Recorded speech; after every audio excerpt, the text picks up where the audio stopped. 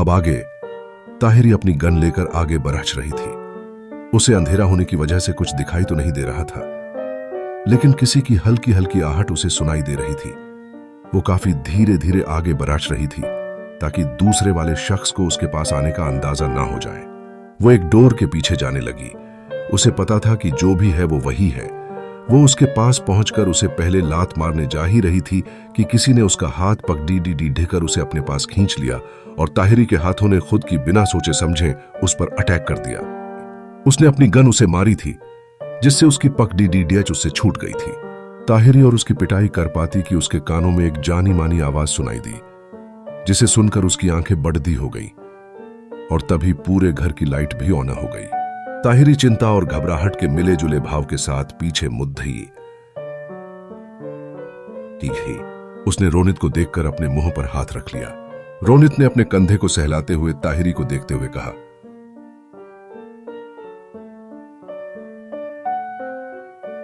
क्या तुम्हें मुझे इस तरह से मारना अच्छा लगता है? ताहिरी जल्दी से अपने होश में आकर रोनित के पास जाकर घबराते हुए बोली,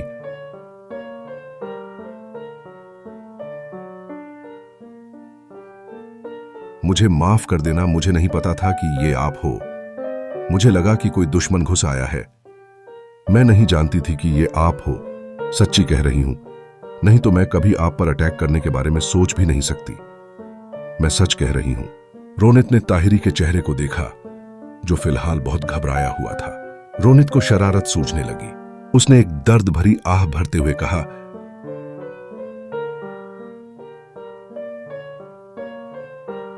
बहुत तेज मारा है ताही, तुम्हें बहुत दर्द हो रहा है। पता है मैं यहां कितनी मुश्किल से तुमसे मिलने आया हूं। वैसे इतनी तेज तुमने मुझे किस चीज मारा? यह सुनकर ताहिरी ने अपने हाथ में गन को देखा और फिर रोनित को देखा। रोनित ने गन को देखकर ताहिरी को देखते हुए हैरानी से कहा,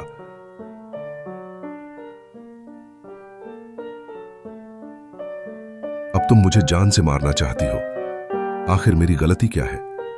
क्या मैं तुम्हारी मही को पसंद नहीं आया, इसलिए तुम मुझे जान से मारना चाहती थी? ताहिरी जल्दी से गन को फेंककर परेशानी से रोनित को समझाते हुए बोली, नहीं, बिल्कुल नहीं। ये आप क्या कह रहे हैं? मैंने ऐसा कुछ नहीं सोचा। मैंने कहा तो कि मुझे लगा कि कोई दुश्मन या चोर या गया है, इसलिए मैंने गन निकाल ली थी। रोनित ताहिरी को देखकर सीरियस बनकर बोला, बस करो ताही, इस वक्त यहां कौन सा दुश्मन तुमसे मिलने आएगा? क्या तुम्हें यह बिल्कुल भी नहीं पता था कि मैं तुमसे मिलने कभी भी किसी भी वक्त आ सकता हूं? तुम ये जानती थी, इसलिए तुमने पहले ही अपने पास गन तैयार कर रखी थी। रोनित की ऐसी बातें सुनकर ताहिरी की आंखें नम हो गई थीं। उसने रुआसी होकर कहा, मैं नहीं जानती थी कि आप आओगे, बल्कि मैं तो आपके किसी मैसेज का इंतजार कर रही थी। कब से अपना फोन देखे जा रही थी। अगर मुझे पता होता कि आप आओगे तो इतनी देर तक मैं अपने फोन को क्यों घूरती रहती? मैं क्यों आपको मारने की कोशिश करूंगी? कोई अपने प्यार को मारना चाहेगा क्या? इतना कहते कहते उसकी आंखें आंसुओं से भर चुकी थीं। वो उन आंसुओं को बाहर निकाल पाती कि उसे रोनित के हंसने की आवाज सुनाई दी। उसने अपनी आंखों की नमी को साफ करके रोनित को देखा, जो बिना रुके हंसे जा रहा था। रोनित को हंसते हुए देखकर ताहिरी समझ गई कि उसने एक बार फिर उसके साथ मजाक किया। उसने नाराजगी से बिस्तर पर रखे पिलो को उठाकर रोनित के ऊपर मारते हुए कहा,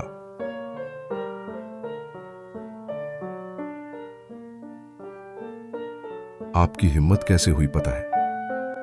आपको इतना सीरियस देखकर मैं कितनी घबरा गई थी। रोनित ने पिलो को केच करके ताहिरी को देखकर मुस्कुराते हुए पूछा,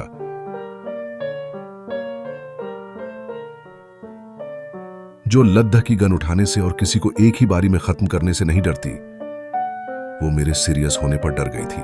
रोनित की बात सुनकर ताहिरी ने नाराजगी से अपना चेहरा फेरते हुए कहा,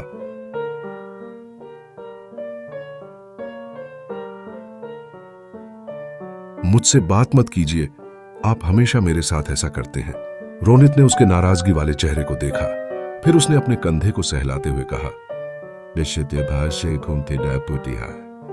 लेकिन मुझे सच में यहां दर्द हो रहा है, तुमने काफी जोर से मारा था। यह सुनकर ताहिरी ने अपनी नजरें टेढ़ी करके रोनित को देखा।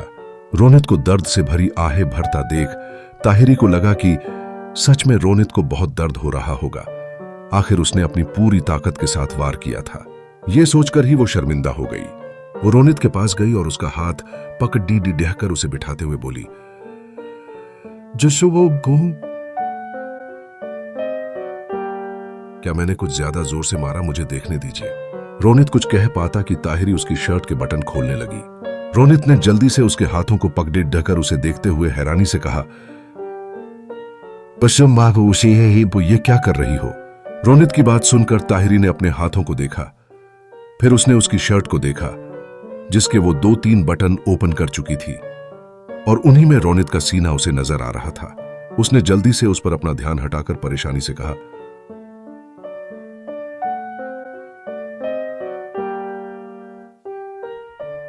वो मैं तो आपका कंधा देख रही थी। आपको ज्यादा चोट तो नहीं लगी? लगी ही होगी, आखिर मैंने बहुत तेजी से मारा था। इतना कहकर उसका चेहरा मायूसी से भर गया। ताहिरी का मायूसी से भरा चेहरा देखकर रोनित ने फिर से उसके साथ मजाक करते हुए कहा,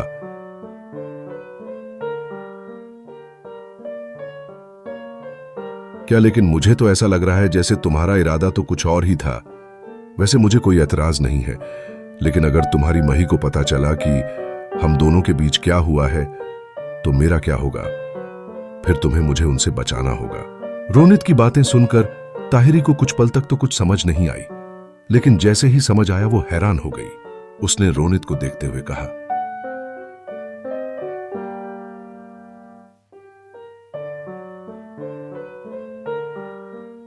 आप स्वीट से बेशर्म कैसे बन गए? रोनित ने एकदम से उसकी कमर में हाथ डालकर उसे अपने पास खींच लिया और ताहिरी के चेहरे को देखते हुए कहा, तुम्हारे लिए मैं सब कुछ बन सकता हूं, सब कुछ। ताहिरी अपनी पलकें बार बार झपकाते हुए बोली, आए कि वो ऐसा कही। आज आपको हुआ क्या है? क्या आपने ड्रिंक की है? कोसवे से वजह सब उसे साहब बकारस है। इतना कहकर उसने रोनित के पास जाकर सूंघा और फिर उसे देखते हुए कहा, ऐसा लग तो नहीं रहा है तो फिर आप? रोनित ने मुस्कुराते हुए उसकी आंखों में देखते हुए कहा,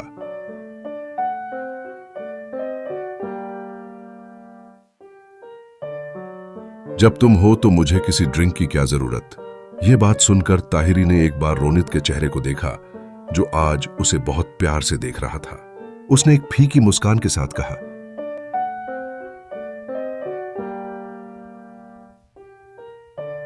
हम सही कहा।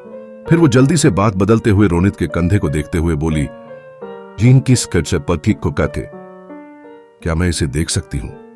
मुझे डर है कहीं ज्यादा चोट ना लग गई हो।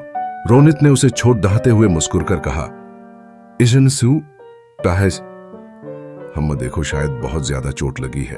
ताहिरी जल्दी से थोड़ा रोनित से दूर होकर गहरी सांसें लेने लगी। वो ये हजम नहीं कर पा रही थी। उसने अपना ध्यान भटकाने के बारे में सोचा। उसने रोनित के पास जाकर उसकी शर्ट हल्की सी कंधे पर से हटाई और हल्का सा दबाते हुए कहा,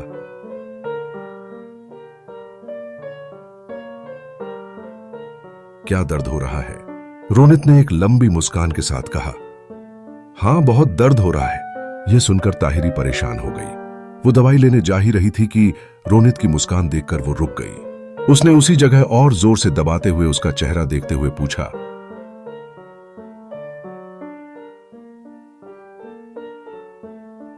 क्या अब भी दर्द हो रहा है? रोनित ने मुस्कुराते हुए ही जवाब दिया, हाँ कहा तो बहुत दर्द हो रहा है। आखिर तुमने मुझे इतना जोर से जो मारा था। ताहिरी की आंखें छोटी हो गईं। तभी उसके दिमाग में कुछ आया। उसने अपने दांत से रोनित के कंधे पर काटते हुए पूछा, क्या अब दर्द हुआ? रोनित की मुस्कान बेडिड ही हो गई। उसने कहा, हां हुआ ना। यह सुनकर ताहिरी दोबारा काटने जा ही रही थी कि रोनित ने बिना पीछे देखे कहा,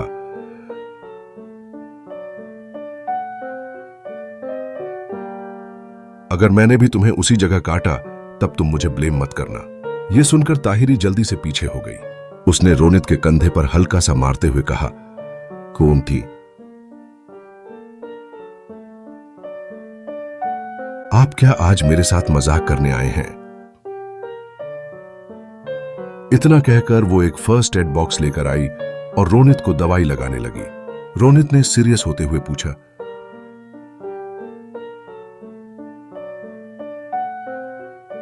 तुम मुझे सुबह इग्नोर क्यों कर रही थी? यह सुनकर ताहिरी ने अपने निचले वाले होंठ को काट लिया। रोनित को जब ताहिरी का कोई जवाब नहीं मिला तो वो पीछे मुद्द कर ताहिरी का हाथ पकड़ दहते हुए बोला,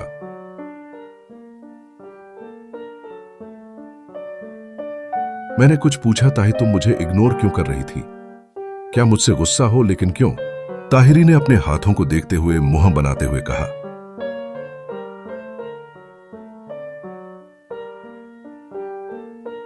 पता नहीं, शायद इसलिए क्योंकि आपने पहले मुझे बताया नहीं कि आप अपने मोम डैड को लेकर आएंगे।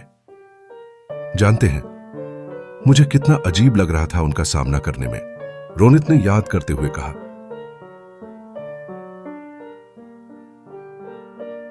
लेकिन तुम्हें देखकर तो ऐसा नहीं लग रहा था। यह सुनकर ताहिरी ने घूर कर रोनित को देखा तो रोनित ने हंसते हुए कहा,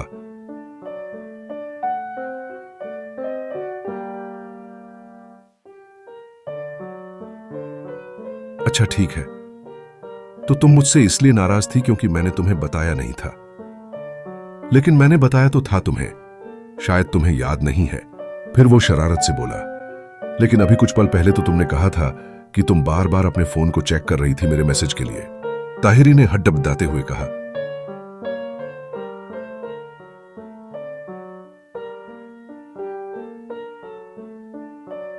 वो तो मैंने ऐसे ही कह दिया था। फिर वो जल्दी से बात बदलते हुए बोली,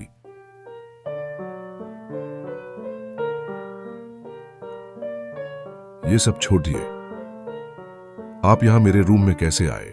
यह सुनकर रोनित ने कहा, जानती हो कब से तुमसे मिलने की कोशिश कर रहा हूं। सुबह यह इलाका एकदम सुनसान था, लेकिन अब ऐसा लग रहा है जैसे यहां बॉडीगार्ड्स की फौज इकट्ठा हो गई हो। यह सुनकर ताहिरी ने मुंह बनाते हुए कहा, मुशन इससे पेक है, ये रंजीत अंकल ने किया है, लेकिन आपको देखकर लग रहा है कि शायद उसका कोई फायदा नहीं होने वाला। तभी उसकी नजर रोनित के चौधे सीने पर पुपरे पुड्डी। उसने अपनी नजरें फेरते हुए कहा, दवाई लग गई है, अब आप अपनी शर्ट के बटन बंद कर लीजिए। रोनित ने कहा, तुमने ही खोले थे, तुम ही बंद क्यों नहीं करती? रोनित की बात सुनकर ताहिरी के गाल टमाटर की तरह लाल हो गए। उसने अपना चेहरा छुपाने की कोशिश करते हुए कहा, अपना काम खुद कीजिए। रोनित ने उसके पास जाकर उसके कान के पास जाकर धीरे से कहा,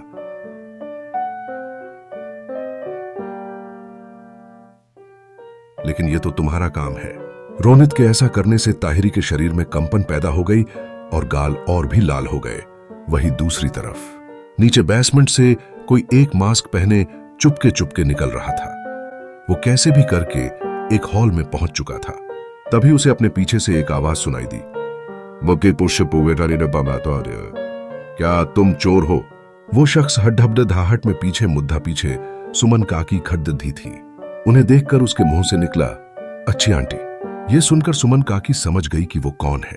उन्होंने मुस्कुराकर कहा, अफूसी हम पिज़्ज़ा में पेशा, रंजीत भाई साहब ने आपको यहां आने से मना किया था ना? उसने एक फीकी हंसी हंसते हुए कहा, इसे शी, हाँ मैं तो बस अपनी गुद्दिया को देखने आया था। सुमन काकी मुस्कुराकर वहां से जाते हुए बोली, में ऊपर लेफ्ट साइड सेकंड रूम है। वो कुछ पल तक सुमन काकी को जाते हुए देखता रहा। फिर उसने खुद से कहा,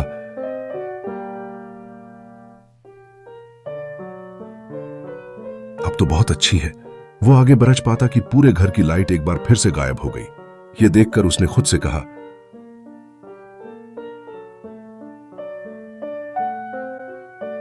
अब ये किसने किया? ये काम तो मेरा था, कहीं मैंने कुछ छेड़ तो नहीं दिया वहां।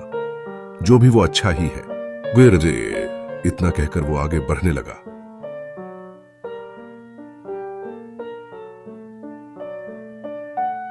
वही ताहिरी के रूम में रोनित ने खुद से कहा,